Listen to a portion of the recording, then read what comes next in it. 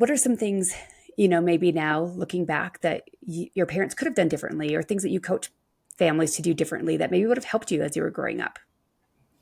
Yeah, I mean, I think in the vein of transracial adoption, just thinking, I think a lot of times.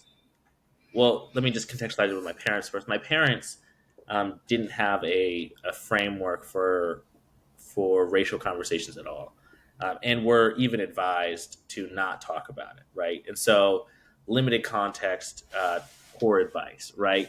And so that was how they walked into transracial parenting, and so that was a byproduct in my upbringing. My upbringing voided that being a topic, and the goal was to try and make me feel just like my white siblings, just like peers in the community, and for that element of my life to uh, ideally be as little noticed as possible.